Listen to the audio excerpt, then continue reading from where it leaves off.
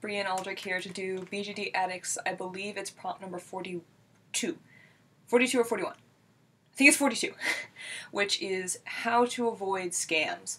And I guess in the grand scheme of everything, I'm kind of new to the hobby. I have 5 dolls and I've been in it for 2.5 years, I think? I never went in and start counting.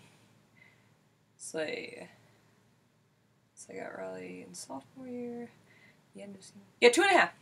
Be 2.5. I can do math. It's like time is not my friend today. Anyway, I'd like to start off with I am so sorry for not getting this out yesterday. Like, I'm not even gonna make any excuses. That was a slip up on my part, and I am very sorry. Now, moving on to the prompt. Personally, kind of what I look for, especially with companies that don't really seem to have a lot of information. Like, I know when I bought Richard, the Telethium and Dragon Doll were kind of combined, and it was kind of wibbly as to whether something had happened or what was going on. But they were through Alice, and I knew Alice Collections was a reputable dealer, so I'm like, okay, they're through Alice, they're probably okay. Magical Angel was another one that was like, there just wasn't a lot of information, and so I had to kind of just, the information that was out there was good, so I'm like, okay, I'm just gonna go for it. But in terms of avoiding scams, the things that I tend to do as a kind of a preemptive strike, if you will, I tend to go through dealers like, Mint on Card, Alice Collections, Denver Doll, these kind of places that are known for being good places to get dolls. And this usually just because, especially with Mint on Card and Denver Doll, they're in the US, and it just makes it easier for me when I have to go through things. I got 2 of my dolls through, got 1 doll through Mint on Card and 1 doll through Denver. Denver was Raleigh, Mint on Card was Ryko. Everybody else was bought either through Alice or through the company itself.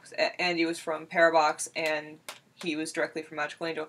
So that's kind of like one of the first things I do to try to avoid getting scammed, is just try to go through somebody who is, a company that has a reputation for being a good place to buy dolls.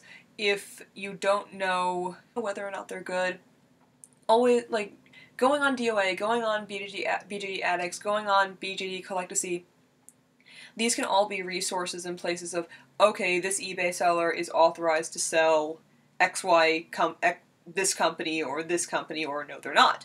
And that's a really good kind of just, alright, going forward I have more confidence. Because honestly, these dolls cost a lot of money, or they can cost a lot of money. And so you don't want to drop hundreds of dollars and then get scammed out of it. That'd be horrible. As for the second-hand market, I'm actually just starting to do kind of research into that to get a body for Ruvik, because his head is still in a box and he needs a body. And so I've been kind of mostly I've been going through DOA just because that's simple for me. And seller, like, feedback, from the person, both as a seller and a buyer, has been helpful. Like, okay, their problem transactions, were they resolved? Because things get lost in the mail. It's something that happens, and at that point the seller has really no control over it.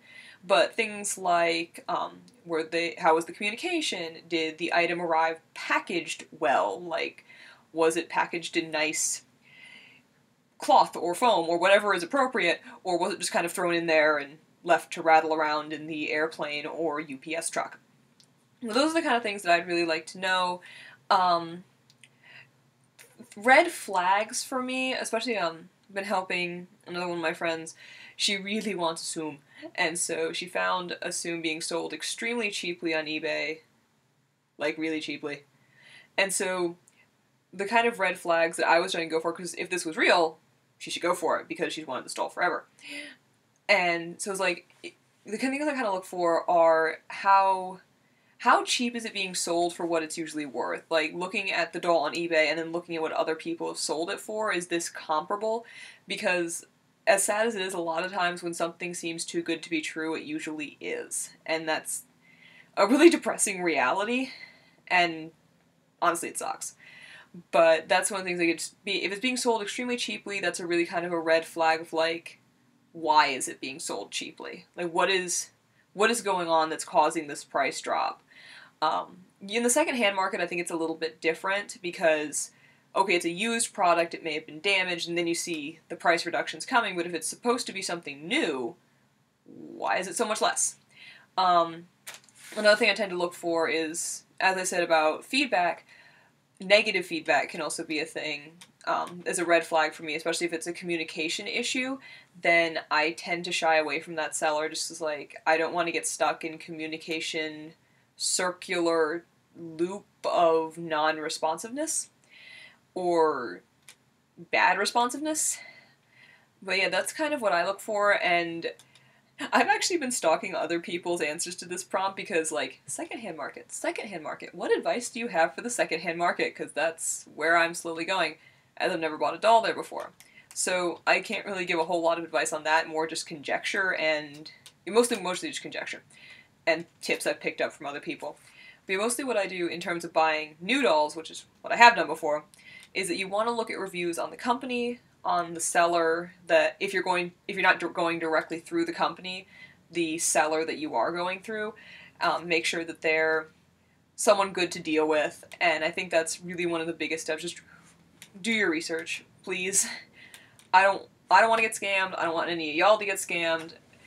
This is a nice hobby and it's an expensive hobby, and you don't want to drop hundreds of dollars and open the box and it's something that you just despise and something that's not of the quality you would hope for. So that's, I don't know if this will be helpful to anybody, but that's usually what I do. Really, buying anything expensive, I'm just like, okay, scientist mode is on, I'm doing my research, let's go. So that's my kind of ramble about how to avoid scams in the hobby, and if you're thinking of buying a doll, or especially if it's your first doll, good luck to you. If anyone else has any other tips they'd like to share, below please. And I'll see y'all next time. Once again, sorry that this was late. I'm gonna have it up on time next week, so bye.